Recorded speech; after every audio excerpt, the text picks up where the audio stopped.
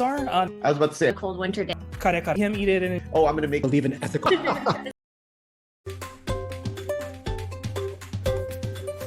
Happy Filipino American History Month. Since we couldn't gather in person, we decided to have a virtual potluck.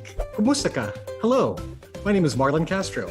I work at Pixar Animation Studios as a safety and security supervisor. my name's Nino Ellington. I'm a render pipeline specialist at Pixar. That means I work on the render farm. My name's Johnny. I'm with the Pixar Safety Security Department as a supervisor. I'm Rachel Agana, and I'm a post-production coordinator at Pixar. So that means I manage all the voiceover sessions that we have with the actors on all the shows.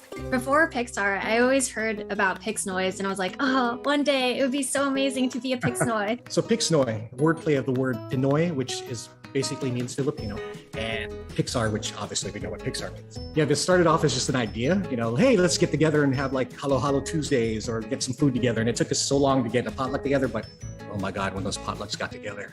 I was about to say, I think it started with the food. That's all we wanted was free food. You never go hungry at a Filipino party. Oh no. No. And you're taking leftovers home. It's funny. We've been all talking about food and dishes. I wonder if everybody out there is hungry. Would you like to see our dishes? So today I'm sharing sinigang. It's a tamarind-based soup. My family, we make it with pork spare ribs. We have gabi or taro, okra, mustard greens, spinach, green beans, tomato, onion, and it's so good. Usually take a piece of meat and dip it in some patis or fish sauce, and it's the perfect meal, especially on a cold winter day. Every Ilocano watching this video as we speak, their mouth started watering. We also picked a bunch of Meyer lemons in our backyard. This is like farm to table. Like you just like God, went no and kidding. picked this out of your garden. Yeah, we even Oh my picked God. calamansi. My family, we have a giant calamansi tree in our backyard. Those look so Like, good. oh, and they're the orange kind. What my grandfather would call that is a gold mine because you have the gold color. And I would say calamansi is kind of like a mix between lemon and lime, right? Yeah, like it's- a lemon and it's- orange. Oh, it's so hard to explain. Yeah, Yeah, it's hard. Yeah. Yeah, I was like, It's really lemon and hard. orange. I had a lot of fun cooking sinigang for y'all, and I'm gonna pass the ball to Nino. It isn't a Filipino party without kare kare. What kare kare is, it's like a peanut-based stew, traditionally made with peanut butter. It has oxtail, green beans, bok choy, rice. You cannot eat kare kare without this stuff right here called bagoong, and that's a fermented style shrimp paste. Oh, it looks awesome. Looks Actually, amazing. the It bagoong. looks So, beautiful. did you happen to have any mangoes on the side to eat while you're cooking, just to dip the bagoong in? Oh, green mango and bagoong. Good. But then you get that hit of saltiness with Mhm. that dish, and it's just like there's literally nothing better. After I made this kare kare dish, I gave it to my son, and that's sort of symbolic for me because that's like a special dish that I grew up eating as a child, and to see him eat it and enjoy it, it was just sort of like passing down to like the next generation. I really enjoyed cooking this dish for everybody. I'm gonna pass the Pixar ball over to Johnny.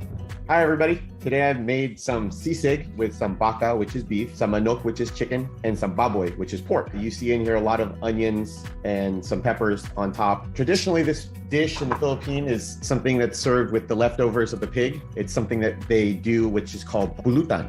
Pulutan means to pick at. So usually you have your friends over and that's something that goes in the middle and everybody has their spoon. And I usually make a lot, but as Filipinos, we don't know how to make a little bit. There's no like, oh, I'm gonna make this for 3 servings. No, it's usually serves at least 20 people minimum is how you make it. I really enjoyed making this dish for everybody.